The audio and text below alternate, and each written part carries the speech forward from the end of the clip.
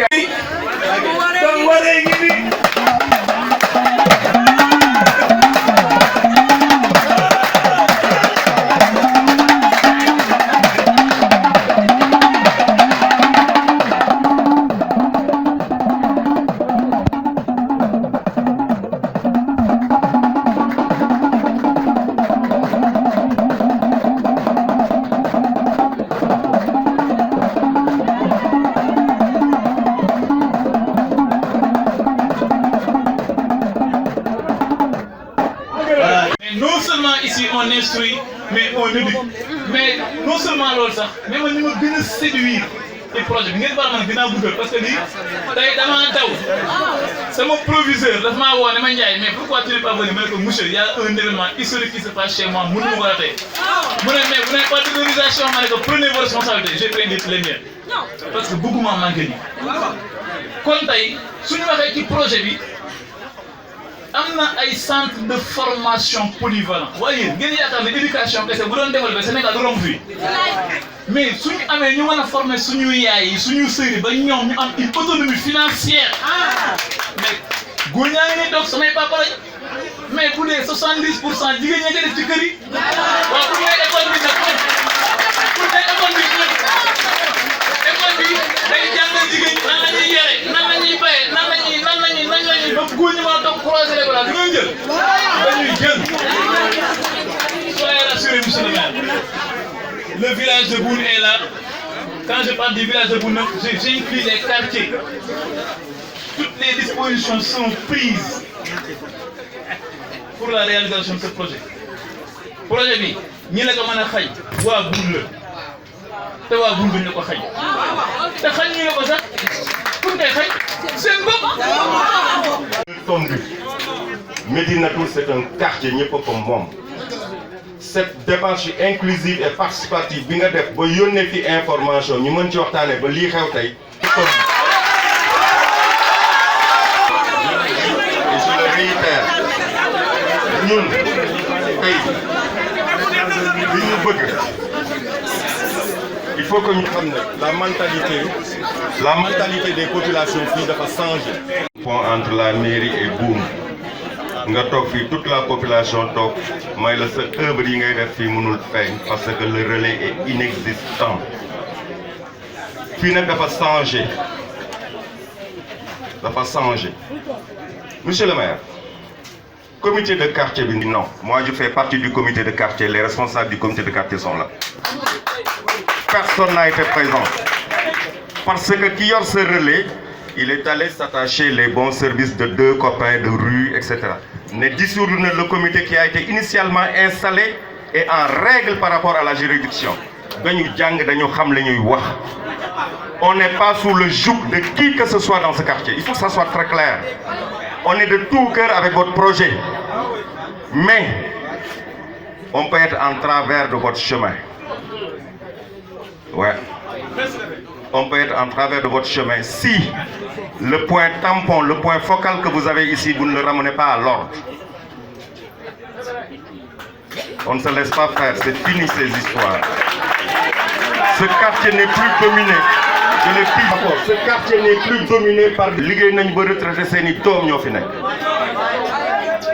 Mais suñ décision jógee mairie ñëw ñu prendre jël deux copains dugg ci benn salle waxtaanee ko ne voilà. Fii on est sous le joug de personne. Chacun a pris son mètre carré, fay ñu tabax nga dëkk. Quand on te donne un titre, il faut le mériter.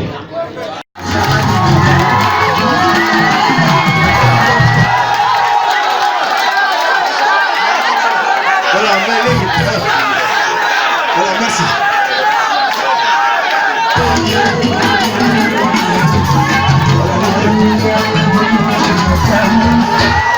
Alors s'il vous plaît, étudiez. Mari ci ñëw. Xale yi ñu dem ci ñu continuer. Ñu continuer waxtaan bi. Léegi ñu jox kàddu. ndee na mu leer man ñëwuma ne damay jël terrain bi benn def fi lycée muy benn dama bëgg mu leer wax bu dee dafa day indi ay leeral mu leer bëgguma ñuy continuer ci débat boobu mu mel ni ay partisans au maire yu jàkkaarloo population de Boune wala leneen déedéet bëgguma sax fii ku ma fi tàgg wala ku fi wax lu ñu def soxlawuma loolu moi je suis jeune comme vous j'ai joué les navétanes ici comme vous j'étais un numéro 10 et un capitaine de l'équipe xam ngeen fii terrain bu ñu fi wax ci Sénégal football naa fi kenn ci yéen mën naa nekk président de la République kenn ci yéen mën na nekk député ëllëg kenn ci yéen mën na nekk maire Boune ëllëg lu nekk mën na nekk foofu parce que damaa jóge foofu ci yéen tey ba doon li ma doon kon suñuy wax nañuy wax li nga xam ne liggéey rek mooy tax ñuy wax tey jii mënuñu ñëw fii ñëpp d'accord ci benn affaire ñëpp jubóo mënul am c'est pas possible man bu may ñëw sax may xam loolu c'est pas la première fois ma dem ci benn quartier ci Kër Massar durant 5 ans yi ma fi nekk di fa yóbbu ay projet di def ay audience publique yu mel nii tey laa mujjee ñëw si audience publique muy tey waaye am na ay audience publique ko jiitu feneen yu amoon lu mel nii mënuñu ñëw ñu ne dañuy waxtaan bëgg a tegu ci dëgg ba pare ñu mën a jubóo ñun ñëpp ñu bokk benn wax non kii day wax lii kii wax lee bu am divergence ci divergence boobu nag la ñuy xoolee lan moo waral divergence bi lan mooy solution bi loolu ñun ñoo koy xoolandoo ñun ñëpp ba kii d'accord wul ak kële ñoom ñaar dañuy ànd d'accord ne lii mooy solution bi man loolu laa soxla mais waxuma ne kii li mu wax loolu la ñuy def kii li mu wax loolu la ñuy def non su boobaa day mel ni ay affaire par parlo wala ñëw pour guerre man ñëw ma pour guerre dama ñëw indi lu am njëriñ loo xam ne commune yëpp dañ ko soxla lycée d'excellence laa fi indi ñëpp a ko bëgg buun fii amul fii taxaw ne man bëgguma buun am lycée kon bëggoo buun mais la manière d'accord naa bu ñu ne manière bi ñu ko defee baaxul ça je suis d'accord parce que bu dee ne tey maire li mu mën wax nga ko nga ne dama war a ñëw ci koñ bi temps en temps di wër di def proximité bu ma sañoon chaque jour boo leen yeewoo gis ma fii mais da ngeen ma fal pour ma liggéey su dee ne 138 quartiers yi dama bëgg saa yu ma yeewoo rek dem ci quartier yi naan leen maa ngi nii maay maire Kër Massar mais du ma liggéey mais j'ai des représentants à Boune fii bi ma fi ñëwee campagne électorale élection locale li ma leen wax lu leer la te mi ngi sama xel fàttewu ma ko quand j'ai venu à Boune vous m'avez dit que ne Boune gisul boppam ci mairie Kër Massar ci maire yi fi jaar Boune amul conseiller Boune amul buy liggéey mairie Boune amul lii jéem ko limal tey ñaata conseiller ñoo am ci mairie bi dëkk Boune a fi ëpp conseiller ci commune de Kër Massar ñun fi jox kàddu yëpp sax ay conseiller la Boubacar Diallo mi est conseiller Samba Ndiaye est conseiller maire Ndeye Fall est conseiller Babacar Diassé est conseiller ak Chantal Seck est conseiller mais ñaata conseiller la Boune tey ñii liggéey ci mairie bi aussi mais Boune ci ëppale ñi nga xam ne ñu ngi liggéey ci biir mairie bi nekk ay jeunes wala nekk leneen di liggéey ci mairie bi dëkk Boune parce que yéen a waxoon ne Boune gisul boppam loolu ngeen bëgg defal naa leen ko waaw loolu ma leen defal léegi seen conseil yooyu ngeen fal ñu ñëw mairie ba di leen représenté mais nañ leen indil information bi jox leen ko man la ñuy xaar ma indil leen ko yéen mais xam nga bu ñu waxantewul dëgg dañuy naxante il faut qu'on se dise la vérité soo leen di xas wala ngeen saaga leen ñooñu xas leen ñooñu pas moi j'ai fait mon devoir jox naa leen li ngeen bëggoon da ngeen bëggoon am leen représenté vous l'avez à la mairie de Kër Massar vous avez des représentants à la commune de Kër Massar vous avez des employés au niveau de la commune de Kër Massar mais vous avez des réalisations aussi à Boune mais kon donc le problème c'est où? Le problème c'est pas sur moi, c'est à votre niveau, au sein de Boune, entre vos responsables que vous avez nommés, que vous avez élus. Yéen a dem école Boune voté ay conseillers jàll jóge ci Boune dem Kër Massar mais nañ leen liggéeyal nañ leen informé. C'est ça la vérité. Ku ne ma ko la leen nag keneen ku leen di monté nag naan leen maire lii maire là non mu ngi leen di defal hors sujet man li ma war a plaider pour Boune je le plaide. ba ma fii ñëw élection législative les gens disaient que ne bul dem Boune parce que boo demee ñu sànni la xeer wala leneen ma ne non moi je suis jeune je vais aller à Boune ñu sànni ma xeer mais je suis venu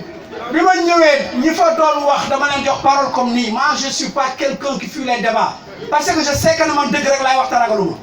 c'est pour cela damay affronter déglu nit ñi ñu wax ma tontu leen mais nit ñi bu ko tontu dëgg mu xam ko amul xale amul mag yéen ñii ku leen wax dëgg xam ngeen kii li mu wax dëgg la wala du dëgg ku leen waxul du dëgg xam ngeen ko te cet langage là ma commencé woon laay continuer incha allah langage boobu mais fii dama jaar ñu ne tali bi baaxul dafa toj dafa yàqu nangam amul lam kenn du la fi voté ngay nekk député parce que liggéeyoon fi tali bi ma jël micro bi tontu leen ma ne leen tali bi dépassé naa ko parce que le projet de la route c'est déjà acquis finalement yi taxaw na appel d'offre yi def nañ ko entreprise bi gagné na suñu élection yi jàll di nga gis tali Boune bi dinañ ko defar mu ànd ak canalisation ak lampe amul loolu amul waaw mais kon man li ma war a def na ko inondation bi nekk fii inondation bi solal ñu di taal di def lu nekk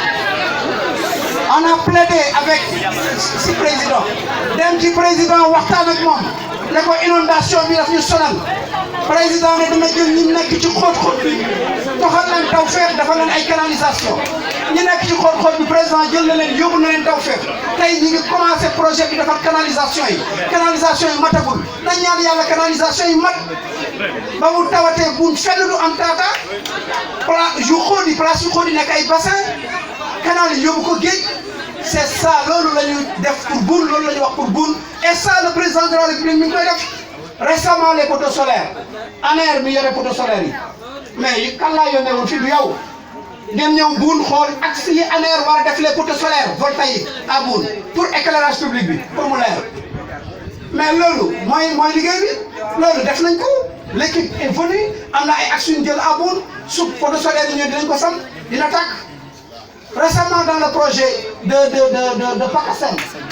PACASEN, la commune de Keur Massar a gagné 252 millions en 2019. 123 collectivités ont gagné sur 557 collectivités au niveau du Sénégal. Nous avons fait un état civil, mais état civil de Boune. Nous avons fait un état civil pour mettre. Yéen a ngi wax ne da ngeen bëgg a nekk commune mais demee bu ñu ko tabaxee état civil bu baax au moins bu mun amee commune am mairie mais nit ki day am vision ci li ñëwagul waaye bu ñu nee mairie te amuñu infraction amuñu benn infrastructure mais kon bu ñu amee mairie après fan la ñuy def mairie bi mais pour nga am département y a quelqu'un qui l'a dit loolu indi ma fi sax départementalisation indi mais comme on l'a dit ñu wax ci. Départementalisation, il faut des mesures d'accompagnement. Mesures d'accompagnement, il y a une boxe. Département, commune pour avoir lycée, commune pour avoir serre, commune pour avoir ESA, commune pour avoir foyer des jeunes, commune pour avoir terrain de football. Mais l'heure du commune pour avoir marché, l'heure du commune. Mais pour ne pas avoir commune, mais pour ne pas avoir des infrastructures pareil. Léegi bu ñu indi ay infrastructure yenn infrastructure bëgguñu mais kon fan lañ jëm dama bëgg ñu wàccee tempérament yi ñu liggéey ak suñu xel man en tout cas de toute façon ku xam Tafa Mbaye nga xam ne man awma ay parti pris pour kii wala pour kële si Dramé me dit que dañuy considérer benn association de rebelles moi je n'ai considéré aucune association comme rebelle. Ça, je vous le dis ici. Et si je le considérais comme rebelle, je le dirais ici. Je vous dirais que vous êtes une association rebelle ici. Après lui, mais vous ne m'avez lu génnul sama gémmiñ gi da ngay dégg nit wax fële kooku la concerné xaaral ba dégg ko sama gémmiñ gi mais il faut pas me mettre en mal avec cette population alors que moi je suis là pour travailler pour l'intérêt de la population. Les jeunes, vous êtes là. Combien de fois je suis venu? Je suis venu 2 fois ici. Par l'intermédiaire de Moussa Ba qui m'a saisi. Et je remets pour la jeunesse. Nous sommes là, écoute. Nous sommes venus ici, fille qui terrain bi, là je remets à Bali. Je suis venu une deuxième fois. Une deuxième fois, quand je suis venu, il y a un maillot. D'abord, la maillot, je suis venu, la maillot, 4 jeux de mailles à 4 ballons et sur le cœur. Bon jour, la paix est bonne. Les maillots sont à la maison. Mais man, si je me saisirais du problème, vous les concernez, je vais régler quoi. C'est mon devoir, c'est mon devoir. Mais man, je commence à non, vous n'êtes que fille. Vous n'êtes que fille, vous allez voir la mère, vous allez voir la cholat. Mais moi, je ne suis pas non, mon l'air là d'abord à mon association là mon nekk au-dessus de la mairie association la groupement la ay mbootaay yu daje ne dañoo bëgg a defar seen gox mënoo defar sa gox nag te waxoo mel mënoo defar sa gox te àndoo mel da ngeen bëgg a defar gox bi may defar gox bi ñëw leen indil leen ma xalaat yi ngeen am pour defar gox bi lycée bii ñu fi wax bés ni ki tey suba indil leen ma des comme da ngeen defar cour indi leen suma proposition yi dafa lycée bi man loolu laay xaar ci association bi comme defar ma leen tax a jóg man xaaruma ci nit leneen li may wax fii je ne veux pas des affaires de partisans Moussa dama ne ko bu dee nii ngeen di gérer nii gérer wul ay nit fii amu fi ay pas manger kii man je ne mange pas mes mots man gis nga li ma gëm loolu laa gëm li ma war a wax loolu laay wax xëy na yéen xamoo leen ma mais fa ma dëkk juddoo fa ma toll nii xam nañ ma bu baax a baax yéen ma xamul bu dee da ngeen di gérer ay nit les populations il faut les écouter ñëw nañ fi nee nañ la message n'est pas arrivé fi mu waroon a yem yëpp message bi jàllul jeunesse bi yëguñu ko ñii yëguñu ko ñii yëguñu ko déglul ñooñu nañu wax ñooñu ñu wax yëguñu ko fexeel ba ñooñu yëg ko c'est tout simplement parce que fii kenn mënu fi forcer si dara président Macky Sall du forcer man du ma forcer yéen mënu leen forcer et parler avec ces gens déglu li ñu leen di wax ngeen fekk si leen ci loolu ngeen waxtaan ak ñoom ci loolu trouver des solutions.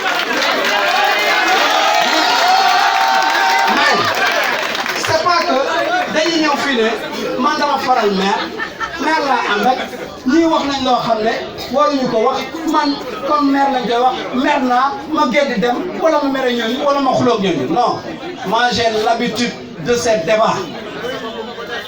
parce que man maa jiite comme man maa jiite nag day am ñu ànd ak man am ñu ànd ak man yàlla sax am nañu àndul ak moom y a des gens qui disent Dieu n'existe pas. waaw léegi man ma ñëw yéen ñëpp ngeen ànd ak man fii day am ñu ànd ak man am ñu àndul ak man ça je le sais waaye man xooluma loolu l'essentiel li ma war a xool mooy fal biñ ma fal lan laa war a def buun mii pour mu développer te loolu maa ngi ci xam naa ko bu baax a baax li buun manqué lépp xam naa ko récemment ñëw naa fi j'ai parlé avec le capitaine bi nga xam ne moo géré fii yëpp pour la sécurité j'ai dit au capitaine mais buun dama bëgg mu am sécurité il faut ñu jóg si il est temps le capitaine m'a dit monsieur le maire léegi pour jàppale la foofu mais luyel benn kër ma indi ay éléments ñu def fa benn poste de gendarmerie mais ñëw naa fi di waxaale ay kër pour ñu def ko poste de gendarmerie kon man est-ce que man xalaatuma li war a am buun xalaatuma les problèmes de buun te incha allah bu ma yàlla dimbalee loolu léegi mu sotti léegi ñu am kër gi les éléments vont venir ñu am fi benn brigade de gendarmerie parce que bële sori na mais loolu mooy xalaat bi état civil bi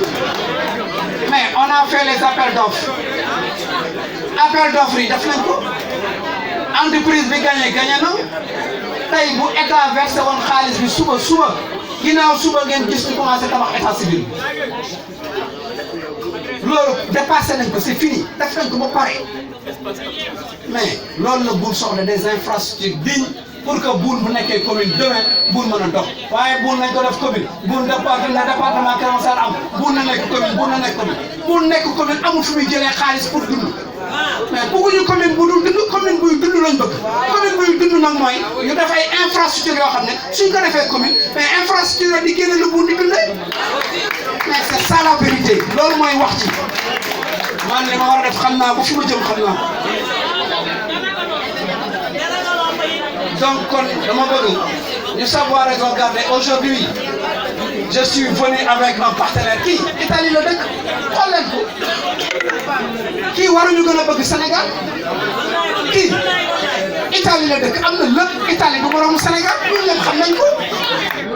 ñun ñooy mbëkk fii pour dem Italie di jaar ci suuf si di jaar ci géej gi di jaar fu ne pour dem dëkkam pour wuti waaw moom bu jógee dëkkam ñëw ba Keur Massar Keur Massar ñu fekk fi am maire bi ne war na mën a baax buun xaaral ma dem xool buun mais kaay leen ñu ànd xool ñu ngi def nekk fi c'est ça la vérité